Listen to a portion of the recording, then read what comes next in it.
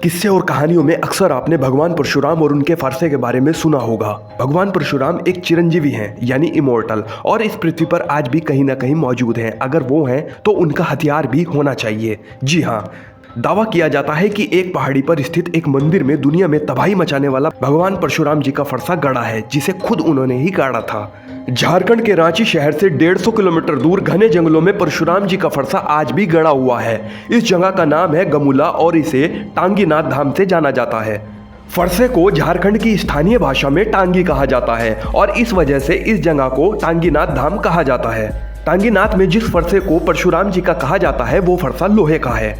कहा जाता है कि ये हजारों सालों से यहाँ जमीन में गड़ा है और खुले आसमान के नीचे है, यानी इस फरसे के ऊपर कोई शेल्टर नहीं लगाया गया है और बारिश हो या धूप ये ऐसे ही रहता है। हवा में नमी ना हो तो लोहे में जंग नहीं लगेगा, या लोहे को ऑक्सीजन या पानी किसी एक चीज के संपर्क में आने से रोक दिया जाए तो लोहे में जंग लगने से रोका जा सकता है। लेकिन इतने साल से खुले में रखे इस फरसे की खास बात यह मानी जाती है कि इसमें अभी तक जंग नहीं लगा, जबकि पानी और हवा के संपर्क में आने से लोहे में जंग लगना काफी आम बात है। स्थानीय लोग इसे भगवान परशुराम का चमत्कार मानते हैं। कई वैज्ञानिकों ने इस फरसे पर शोध किया है लेकिन किसी निष्कर्ष पर नहीं पहुंच पाए आखिर फरसे पर जंग क्यों नहीं लगता है।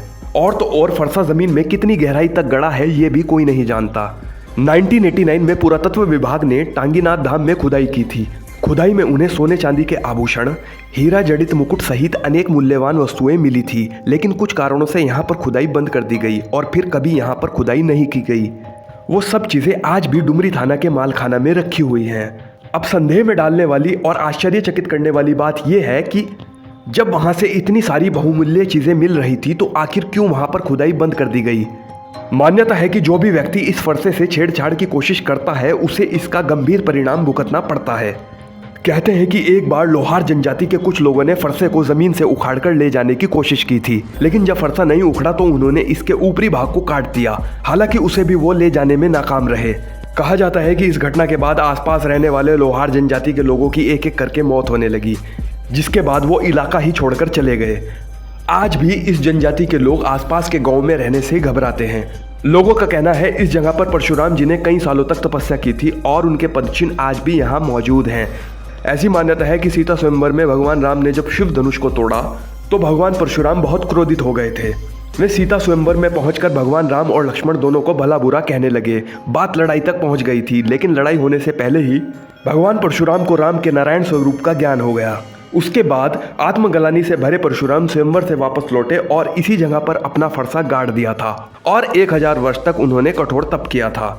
टांगीनाथ धाम में सैकड़ों शिवलिंग और प्राचीन प्रतिमाएं भी हैं और वो भी खुले आसमान के नीचे। ये प्रतिमाएं उत्कल के भुवनेश्वर, मुक्तेश्वर, गौरी केदार आदि स्थानों से खुदाई में प्राप्त हुई मूर्तियों से मेल खाती हैं। हम अपनी ऐतिहासिक और पुरातात्विक धरोहरों के प्रति कितने लापरवाह हैं, टांगीनाथ धाम इसका जीता जागता उदाहरण है। टांगीनाथ धाम का प्राचीन मंदिर खंडर में तब्दील हो चुका है। यहाँ पर सैकड़ों की संख्या में प्राचीन शिवलिंग और मूर्तियां बिखरी पड़ी हैं। आपकी जानकारी के लिए बता दें कि इस दिव्यास्त्र को कुछ श्रद्धालु लोग भगवान शिव का त्रिशूल भी मानते हैं, जिसके पीछे एक अलग कहानी है। इस बारे में आप क्या सोचते हैं कमेंट में बताइए और ऐसे ही इंटरेस्टिंग वीडियो के लिए चैनल को सब्सक्राइब करें।